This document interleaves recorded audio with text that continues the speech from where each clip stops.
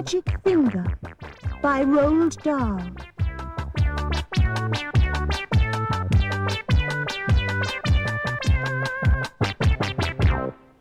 The farm next to ours is owned by Mr. and Mrs. Gregg. The Greggs have 2 children, both of them boys. Their names are Philip and William. Sometimes I go over to their farm to play with them. I am a girl, and I am 8 years old. Philip is also 8 years old. William is 3 years older. He is 10. What? Oh, all right then. He is 11. Last week, something very funny happened to the Gregg family. I am going to tell you about it as best I can. Now, the one thing that Mr. Gregg and his 2 boys loved to do more than anything else was to go hunting. Every Saturday morning they would take their guns and go off into the woods to look for animals and birds to shoot.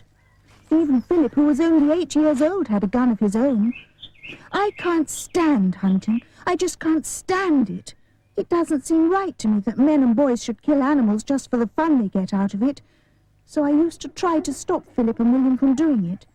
Every time I went over to their farm, I would do my best to talk them out of it, but they only laughed at me. I even said something about it once to Mr. Gregg, but he just walked on past me as if I weren't there. Then, one Saturday morning, I saw Philip and William coming out of the woods with their father, and they were carrying a lovely young deer. This made me so cross that I started shouting at them. The boys laughed and made faces at me, and Mr. Gregg told me to go home and mind my own P's and Q's. Well, that did it. I saw red, and before I was able to stop myself, I did something I never meant to do. I put the magic finger on them all. Oh dear, I even put it on Mrs. Gregg, who wasn't there. I put it on the whole Gregg family. For months I had been telling myself that I would never put the magic finger upon anyone again. Not after what happened to my teacher, old Mrs. Winter. Poor old Mrs. Winter. One day we were in class, and she was teaching us spelling. "Stand up," she said to me, "and spell cat." "That's an easy one," I said. "K-A-T. "You are a stupid little girl," Mrs. Winter said. "I am not a stupid little girl," I cried. "I am a very nice little girl." "Go and stand in the corner," Mrs. Winter said. Then I got cross, and I saw red, and I put the magic finger on Mrs. Winter good and strong, and almost at once, guess what? Whiskers began growing out of her face. They were long black whiskers, just like the ones you see on a cat, only much bigger, and how fast they grew. Before we had time to think, they were out to her ears. Of course, the whole class started screaming with laughter, and then Mrs. Winter said, "Will you be so kind as to tell me what you find so madly funny, all of you?" And when she turned around to write something on the blackboard, we saw that she had grown a tail as well. It was a huge, bushy tail. I can't begin to tell you what happened after that. But if any of you are wondering whether Mrs. Winter is quite all right again now, the answer is no, and she never will be. The magic finger is something I've been able to do all my life. I can't tell you just how I do it, because I don't even know myself. But it always happens when I get cross, when I see red. Then I get very, very hot all over. Then the tip of the forefinger of my right hand begins to tingle most terribly, and suddenly a sort of flash comes out of me, a quick flash, like something electric. It jumps out and touches the person who has made me cross. And after that, the magic finger is upon him or her, and things begin to happen. Well, the magic finger was now upon the whole of the Gregg family, and there was no taking it off again. I ran home and waited for things to happen. They happened fast. I shall now tell you what those things were. I got the whole story from Philip and William the next morning after it was all over. In the afternoon of the very same day that I put the magic finger on the Gregg family, Mr. Gregg and Philip and William went out hunting once again. This time they were going after wild ducks, so they headed towards the lake. In the first hour, they got 10 birds. In the next hour, they got another 6. "What a day!" cried Mr. Gregg. "This is the best yet." He was beside himself with joy. Just then, 4 more wild ducks flew over their heads. They were flying very low. They were easy to hit. Bang, bang, bang, bang, went the guns. The ducks flew on. "We missed," said Mr. Gregg. "That's funny." Then, to everyone's surprise, the 4 ducks turned around and came flying right back to the guns. "Hey," said Mr. Gregg, "what on earth are they doing? They're really asking for it this time." He shot at them again, so did the boys, and again they all missed. Mr. Gregg got very red in the face. "It's the light. It's getting too dark to see. Let's go home." So they started for home, carrying with them the 16 birds they had shot before. But the 4 ducks would not leave them alone. They now began flying around and around the hunters as they walked away. Mr. Gregg didn't like it one bit. "Be off!" he cried, and he shot at them many more times, but it was no good. He simply could not hit them. All the way home, those 4 ducks flew around in the sky above their heads, and nothing would make them go away. Late that night, after Philip and William had gone to bed, Mr. Gregg went outside to get some wood for the fire. He was crossing the yard when all at once he heard the call of a wild duck in the sky. He stopped and looked up. The night was very still. There was a thin yellow moon over the trees on the hill, and the sky was filled with stars. Then Mr. Gregg heard the noise of wings flying low over his head, and he saw the 4 ducks, dark against the night sky, flying very close together. They were going around and around the house. Mr. Gregg forgot about the firewood and hurried back indoors. He was now quite afraid. He didn't like what was going on, but he said nothing about it to Mrs. Gregg. All he said was, "Come on, let's go to bed. I feel tired." So they went to bed and to sleep. When morning came, Mr. Gregg was the first to wake up. He opened his eyes. He was about to put out a hand for his watch to see the time, but his hand wouldn't come out. "That's funny. Where's my hand?" He lay still, wondering what was up. Maybe he had hurt his hand in some way. He tried the other hand. That wouldn't come out either. He sat up. Then, for the first time, he saw what he looked like. He gave a yell and jumped out of bed. Mrs. Gregg woke up, and when she saw Mr. Gregg standing there on the floor, she gave a yell too, for he was now a tiny little man. He was maybe as tall as the seat of a chair, but no taller. And where his arms had been, he had a pair of duck's wings instead. But, cried Mrs. Gregg, going purple in the face. "My dear man, what's happened to you?" "What's happened to both of us, you mean?" shouted Mr. Gregg. It was now Mrs. Gregg's turn to jump out of bed. She ran to look at herself in the glass, but she was not tall enough to see into it. She was even smaller than Mr. Gregg, and she too had got wings instead of arms. Oh, sobbed Mrs. Gregg. "This must be witches' work," cried Mr. Gregg. And both of them started running around the room, flapping their wings. A minute later, Philip and William burst in. The same thing had happened to them. They had wings and no arms, and they were really tiny. They were about as big as robins. "Mamma, Mamma, Mamma," chirruped Philip. "Look, Mamma, we can fly!" And they flew up into the air. "Come down at once," said Mrs. Gregg. "You're much too high." But before she could say another word, Philip and William had flown right out of the window. Mr. and Mrs. Gregg ran to the window and looked out. The 2 boys were now high up in the sky. Then Mrs. Gregg said to Mr. Gregg, "Do you think we could do that, my dear?" "I don't see why not," Mr. Gregg said. "Come on, let's try." Mr. Gregg began to flap his wings hard, and all at once, up he went. Then Mrs. Gregg did the same. "Help!" she cried as she started going up. "Save me!" "Come on," said Mr. Gregg. "Don't be afraid." So out of the window they flew far up into the sky, and it didn't take them long to catch up with Philip and William. Soon the whole family was flying around and around together. "Oh, isn't it lovely?" cried William. "I've always wanted to know what it feels like to be a bird."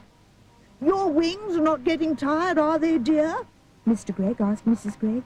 "Not at all. I could go on forever." "Hey, look down there," said Philip.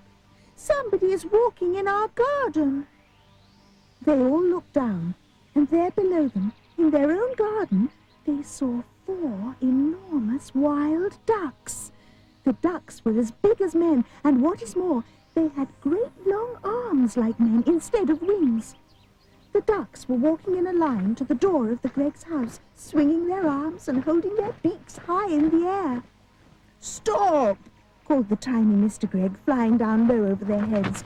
"Go away! This is my house!" The ducks looked up and quacked. The first one put out a hand and opened the door of the house and went in. The others went in after him. The door shut. The Greggs flew down and sat on the wall near the door. Mrs. Gregg began to cry. "Oh dear, oh dear, they've taken our house. What shall we do? We have no place to go." Even the boys began to cry a bit now. "We will be eaten by cats and foxes in the night," said Philip. "I want to sleep in my own bed," said William. "Now then, it isn't any good crying. That won't help us. Shall I tell you what we are going to do?" "What?" they said. Mr. Gregg looked at them and smiled. "We are going to build a nest." "A nest?" they said. "Can we do that?" "We must do it. We've got to have somewhere to sleep. Follow me."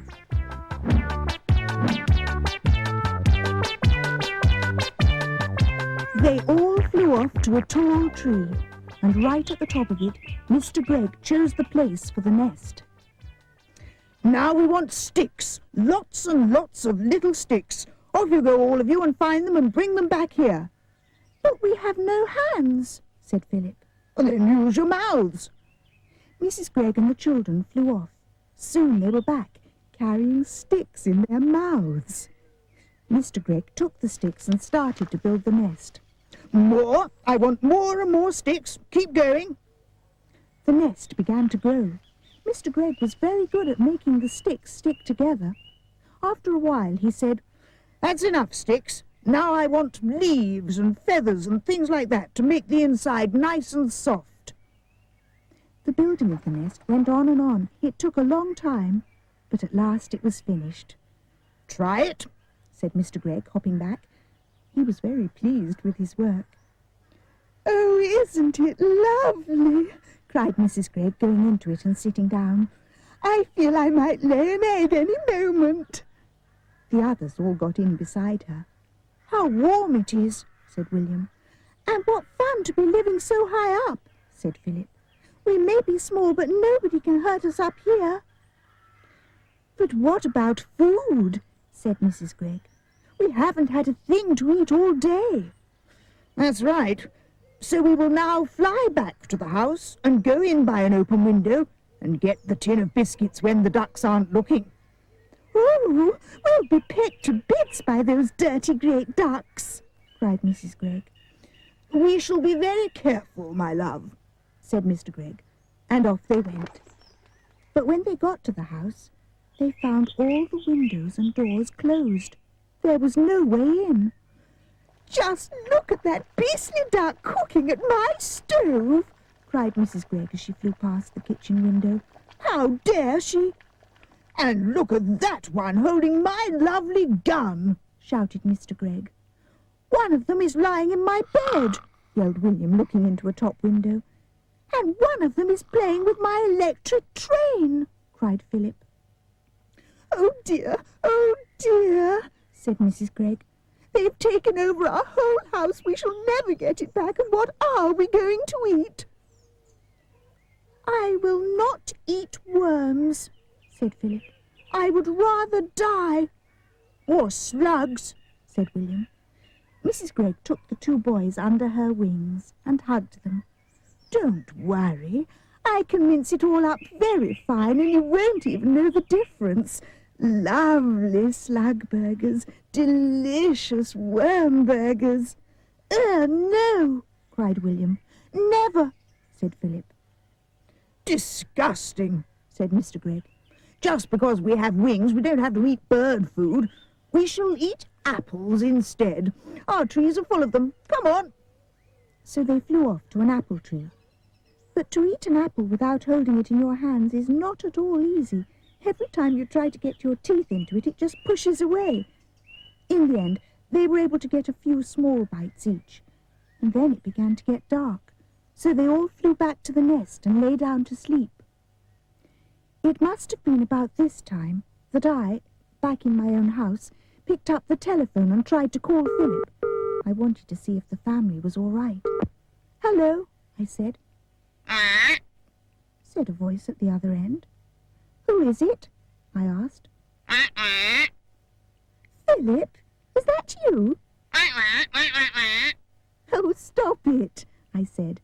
Then there came a very funny noise. It was like a bird laughing.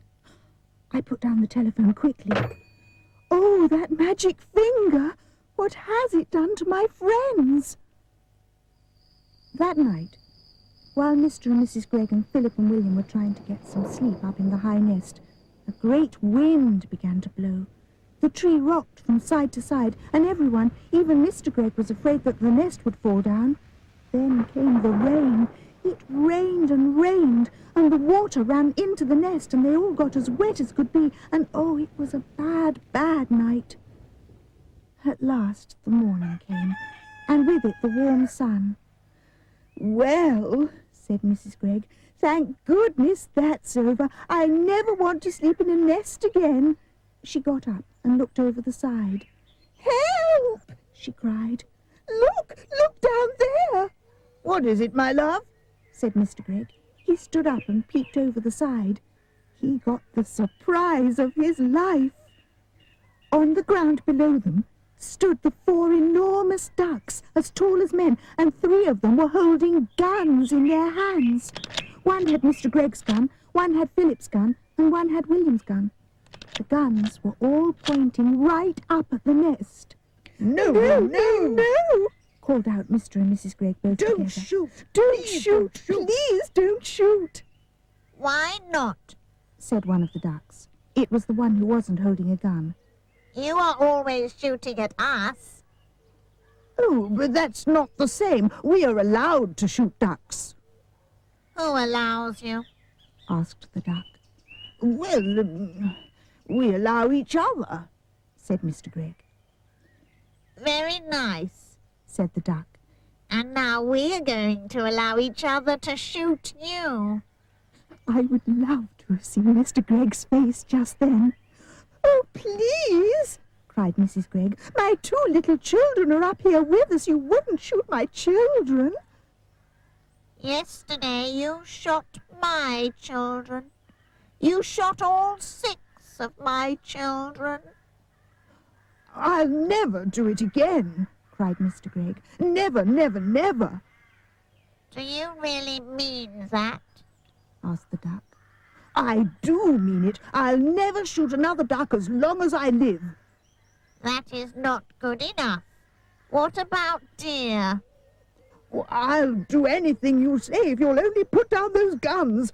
I'll never shoot another duck or another deer or anything else again." "Will you give me your word on that?" said the duck. I will, said Mr. Gregg. "Will you throw away your guns?" asked the duck. "I will break them into tiny bits, and never again need you be afraid of me or my family." "Very well. You may now come down. And by the way, may I congratulate you on the nest? For a first effort, it's pretty good." Mr. and Mrs. Gregg and Philip and William hopped out of the nest and flew down. Then all at once, everything went black before their eyes and they couldn't see. At the same time, a funny feeling came over them all, and they heard a great wind blowing in their ears. Then the black that was before their eyes turned to blue, to green, to red, and then to gold, and suddenly there they were, standing in lovely bright sunshine in their own garden, near their own house. And everything was back to normal once again. "Our wings have gone," cried Mr. Gregg, "and our arms have come back. And we're not tiny anymore," laughed Mrs. Gregg. "Oh, I'm so glad." Philip and William began dancing about with joy. Then, high above their heads, they heard the call of a wild duck. They all looked up, and they saw the 4 birds, lovely against the blue sky, flying very close together, heading back towards the lake in the woods. It must have been about half an hour later that I myself walked into the Greggs' garden. I had come to see how things were going, and I must admit I was expecting the worst. At the gate, I stopped and stared. It was a queer sight. In one corner, Mr. Gregg was smashing all the guns into tiny pieces with a huge hammer. In another corner, Mrs. Gregg was placing beautiful flowers upon 16 tiny mounds of soil, which I learned later were the graves of the ducks that had been shot the day before. And in the middle of the yard stood Philip and William with a sack of their father's best barley beside them. They were surrounded by ducks, doves, pigeons, sparrows, robins and larks, and many other kinds that I didn't know. And the birds were eating the barley that the boys were scattering by the handful. "Good morning, Mr. Gregg," I said. Mr. Gregg lowered his hammer and looked at me. "My name is not Gregg any more," he said. "In honor of my feathered friends, I have changed it from Gregg to Egg." "And I am Mrs. Egg," said Mrs. Gregg. "What happened?" I asked. They seemed to have gone completely dotty, all 4 of them. Philip and William then began to tell me the whole story. When they had finished, William said, "Look, there's the nest. Can you see it? Right up in the top of the tree. That's where we all slept last night." "I built it all myself," said Mr. Egg proudly. "Every stick of it." "If you don't believe us," Mrs. Egg said, "just go into the house and take a look at the bathroom. It's a mess." "They filled the tub right up to the brim," Philip said. "They must have been swimming around in it all night, and feathers everywhere." "Ducks like water," Mr. Egg said. "I'm glad they had a good time." Just then, from somewhere over by the lake, there came a loud bang. "Someone's shooting!" I cried. "That'll be Jim Cooper," Mr. Egg said. "Him and his 3 boys, they're shooting mad. Those Coopers are, the whole family." Suddenly, I started to see red. Then I got very hot all over. Then the tip of my finger began tingling most terribly. I could feel the power building up and up inside me. I turned and started running towards the lake as fast as I could. "Hey!" shouted Mr. Egg. "What's up? Where are you going?" "To find the Coopers," I called back. "But why?" "You wait and see. They'll be nesting in the trees tonight, every one of them."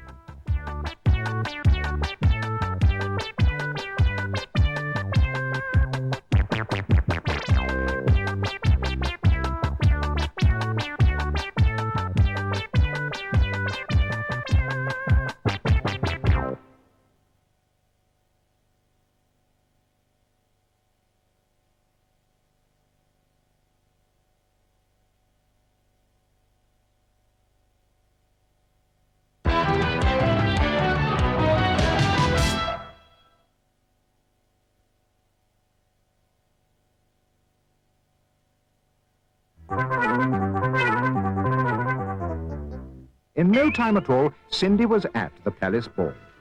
It made the ugly sisters wince to see her dancing with the prince. She held him very tight and pressed herself against his manly chest. The prince himself was turned to pulp. All he could do was gasp and gulp. Then midnight struck. She shouted, "Heck! I got to run to save my neck." The prince cried, "No, alas, alack!" He grabbed her dress to hold her back. As Cindy shouted, Let me go. the dress was ripped from head to toe. She ran out in her underwear and lost one slipper on the stair. The prince was on it like a dart. He pressed it to his pounding heart. "The girl this slipper fits," he cried, "tomorrow morn shall be my bride. I'll visit every house in town until I've tracked the maiden down." Then, rather carelessly, I fear, he placed it on a crate of beer. At once, one of the ugly sisters, the one whose face was blotched with blisters, sneaked up and grabbed the dainty shoe and quickly flushed it down the loo. At 10 p.m. or thereabout, the little bean began to sprout. By morning it had grown so tall you couldn't see the top at all. Young Jack cried. Mum, admit it now. It's better than a rotten cow. The mother said, You lunatic! Where are the beans that I can pick? There's not one bean. It's bare as bare. No, no, cried Jack. you look up there. Look very high, and you'll behold each single leaf is solid gold. By gollykins, the boy was right. Now, glistening in the morning light, the mother actually perceives a mass of lovely golden leaves. She yells out loud, My scented souls! I'll sell them, Minnie, buy her rolls. Don't stand and gape, you little clot. Get up there quick and grab the lot. Jack was nimble, Jack was keen. He scrambled up the mighty bean. Up, up he went without a stop, but just as he was near the top, a ghastly, frightening thing occurred. Not far above his head he heard a big, deep voice, a rumbling thing that made the very heavens ring. It shouted loud, "Fee, fi, fo, fum. I smell the blood of an Englishman." Jack was frightened. Jack was quick.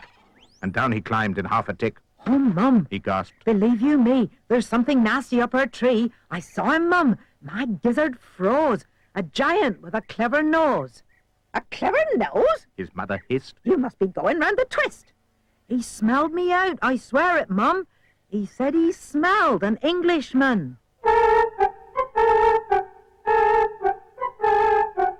In England once there lived a big and wonderfully clever pig. To everybody it was plain that Piggy had a massive brain.